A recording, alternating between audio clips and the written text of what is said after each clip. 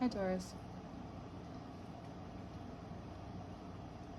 I learned so much that I have to redo this.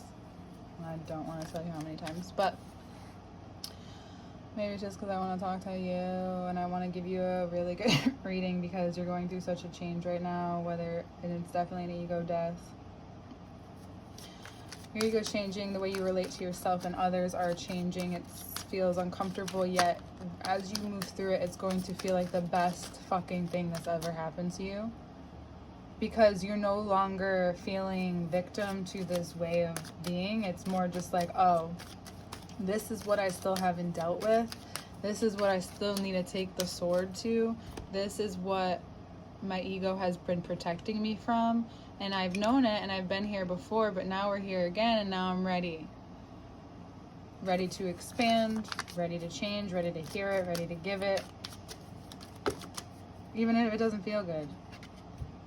Because what I really need to do is commit to my growth, commit to my foundation, commit to what I've learned, but realize it's not who I am. And when I look back and when I see is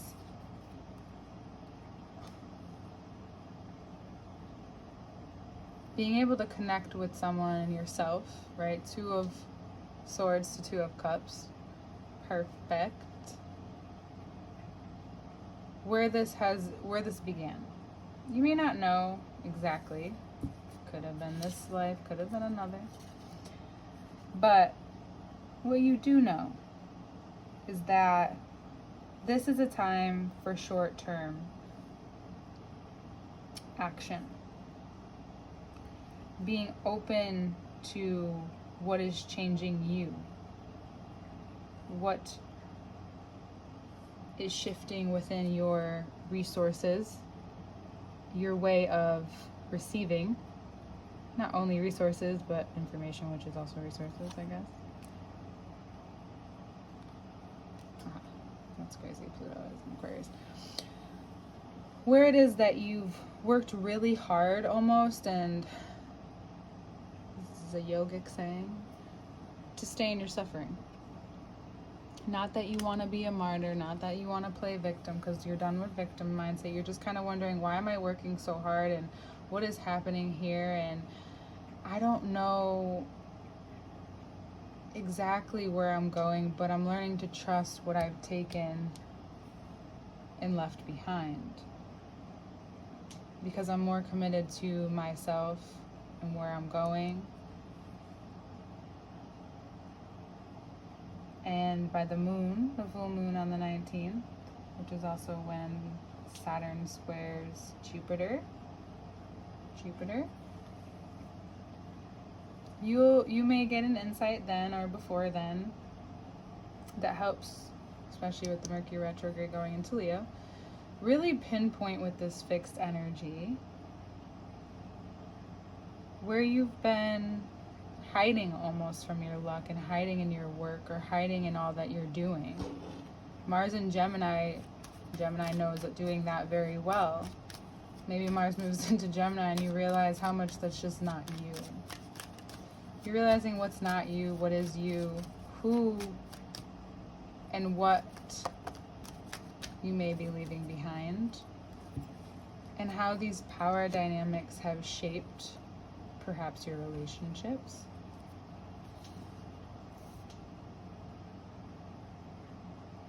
For Taurus risings, oh wow, okay. For Taurus risings, Aries is in your 12th house, so your subconscious is getting a whole new view. You're priming yourself and now you're communicating. And now Gemini came out, they heard me talking and they're like, hey, come on out. Aquarius would be in your 10th house of career and public roles. You may want to take a vulnerable risk in terms of your career that defines more of who you are. These 2 cards with each other is saying that you're defining who you are in a way and showing yourself to the world, even though you're still defining it and you're okay with that. That is some fixed progress. That is, you're still seen and you're still beautiful and you're still bright, but there's a breath of fresh air coming in with Venus and Virgo and all the mutables, because Venus could, or Virgos can, you know, they have their control mechanisms too, but they don't have much control over this time. And it's bringing in a whole new wind of change. This is your career, this is your work, this is your worth. For Taurus risings, this is 2, 6, and 10, and then 4, and then 4 underneath. All the things are coming out. But I do also want to acknowledge the body parts. We have, from the ground up, you're digesting this big pattern that you've received a long time ago, and it helped you to get thus far, but there's something that has been still stuck from you moving forward, and that's a part of how you've been processing, maybe trying to process too fast, not giving the body enough time even. And this caused your judgment to be off. Even if you were too critical of yourself, the more that you release that pressure, the more stable your foundation becomes, and the easier it is to see what it is that you haven't properly digested and what you need to really breathe into. Allowing yourself to breathe in through the lungs and up to the heart center. Not as a metaphor, but literally, if you have the time, and notice what comes up for you there. There's something about who you are and who you're becoming and how it really dates back to your inner child. And this month is you finding that compassion and bringing it into your life, even with what is being exposed to you, and we'll get into that even more. But what you had to detach to at one point so that you can now reattach years later, months later, because it wasn't so safe before.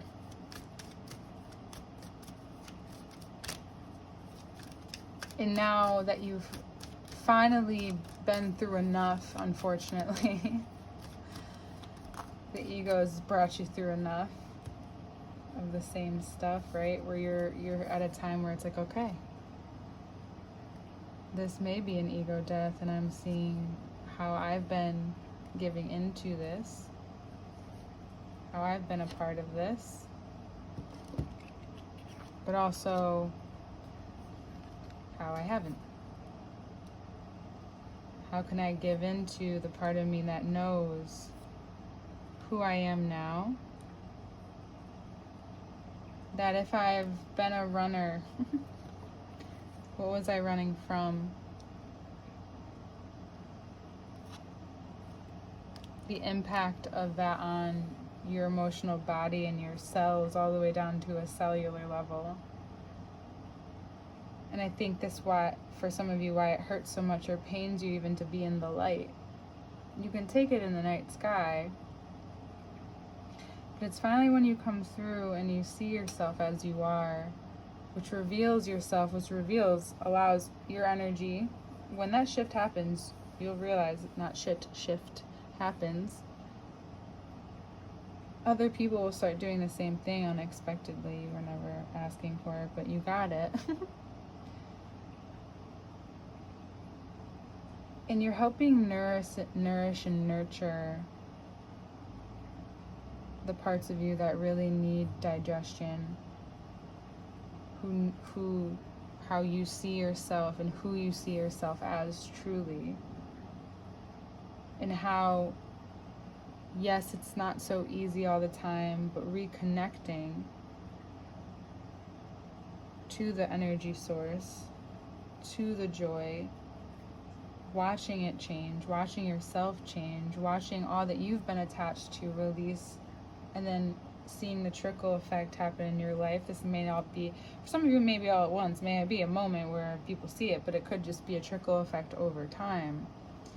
And then you give yourself the freedom, the courage. This gives you the courage been building up bravery, courage. This is the bravery to say, the Queen of Pentacles can't worry about the Four.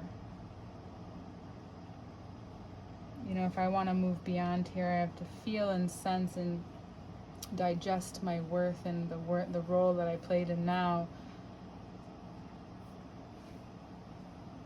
I see how I was treated. I may not completely understand why, but I know how I want to treat myself. I see how strong I am and how capable I am. And you may just find yourself running into opportunities too. Just head first. But the digestion of the ego and the transmutation into self-worth is through this process noticing how judgment plays a role. What you judge, what you find yourself in judgment of with yourself, what you find easier to let go, how those come together, how that helps you digest your emotions properly, helps you move forward, and in that term of receiving what's yours, understanding that deeper connection, speaking up for it, using your voice, speaking up for it, and not in defense, but realizing that it was deep grief that was keeping this fight going, keeping the cycle going, and now you have an opportunity to move on, to move away from the pain, from regardless if it's whatever got you through it, to put the energy into it, to put the time and all your resources. But what you've been fighting is a decision that you have to make, or it seems as though you have to make. For some of you, it's extremely internal, and for others, it's extremely external. There's kind of no in between right now. There's a little black and white. We saw justice in the beginning. For those of you that are creating a life with a Libra too, it looks like the less that you both try to control and the more that you come at it from each other in a way of like, we're in deep commitment instead of deep commitment to those who only see things the way I do or respect me the way, or blah, blah, blah. But to be open and vulnerable, you'll realize that the work has been in not being vulnerable, and for some reason that's been keeping you from moving even deeper into this connection, which will show you and expand you to what the next step and phase is. That could be one way or another, you know, unless you're into thruples and poly. You're either deepening it or breaking up. But either way, you come back to yourself in a way that is so beautiful, because you've decided that regardless of what you've been influenced by and how you've influenced others, it's how you truly decide to live. Now, it's not just a default. You know, you're seeing how the roles that you've played so clearly, especially in work, how that served your worth, how that may have came from, you know, childhood. It's deep stuff. And it changes your way of thinking about bravery, thinking about risk, what your ego looks like.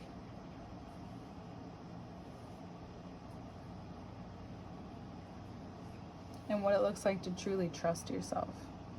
That's what like we're really getting back to, is like this deep inherent trust of yourself and your identity, and the authenticity that comes, and stability that comes, and security that comes with authenticity. Because then you know who really wants to be around you and who doesn't, and who you really want to be around and who you don't. Yeah, it may not feel great at first. There may be an adjustment period, but is it worth feeling like this? Or do you want to relieve what's been festering within? What's been trying to get you to focus, and now that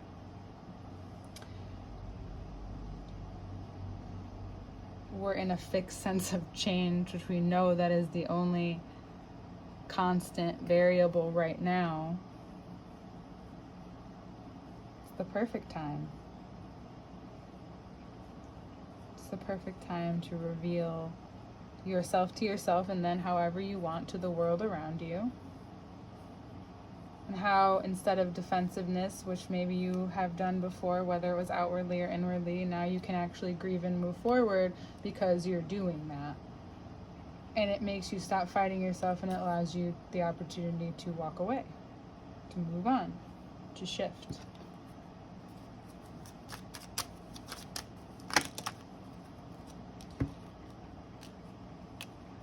To be able to control your own set of skills, to see what you can do, to be inspired by yourself. Jupiter. Sagittarius. You may reveal to yourself how great you really are, and how you may catch others knowing that or saying it out loud, and they may be the same person who also put you down, or did, only wants to be around when ... fill in the blank. You see how this has affected your mind so much, that you've been focused and fixed on something for so long that Mercury and Leo is bringing this up to say, well, we're going to continue to heal this until you recognize that this is what's controlling, has been in the control center. Encourage you to watch Inside Out. In this control center of yourself and your mind, and now you have the ability to rework it. And yes, unfortunately, it does encompass quite a few aspects of your life, including how you are seen. So you have to go through another view of being seen.